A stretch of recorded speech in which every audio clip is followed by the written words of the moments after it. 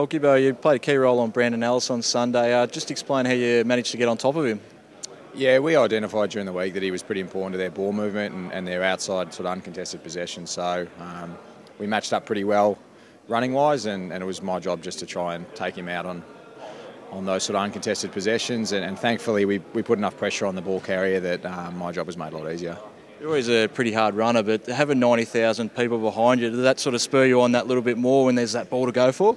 Oh, absolutely, it does. It's certainly the loudest I've ever played in front of. It was such a good feeling, and hopefully we can go a few more and play in front of a big crowd even again. What about the Swans this week, mate? Potentially might get Lewis Jetta on one of those wings. How do you challenge him? Obviously a very skillful player. Yeah, they're much the same, those sort of players. They're very damaging when they can get the footy, so it's about restricting them getting the ball, but also he's probably a bit quicker than me, so I have to make sure I get my positioning right and make sure that take away space.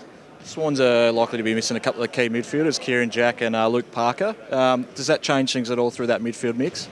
Probably not. I think they've been one of the teams that's had really good depth over the last few years, and Tom Mitchell's a guy this year who probably wasn't getting a regular game last year but is doing really well this year. So they've got guys to replace them, and they've shown they've replaced them for the last sort of month. So for us it doesn't really change. It's more about what we do in there.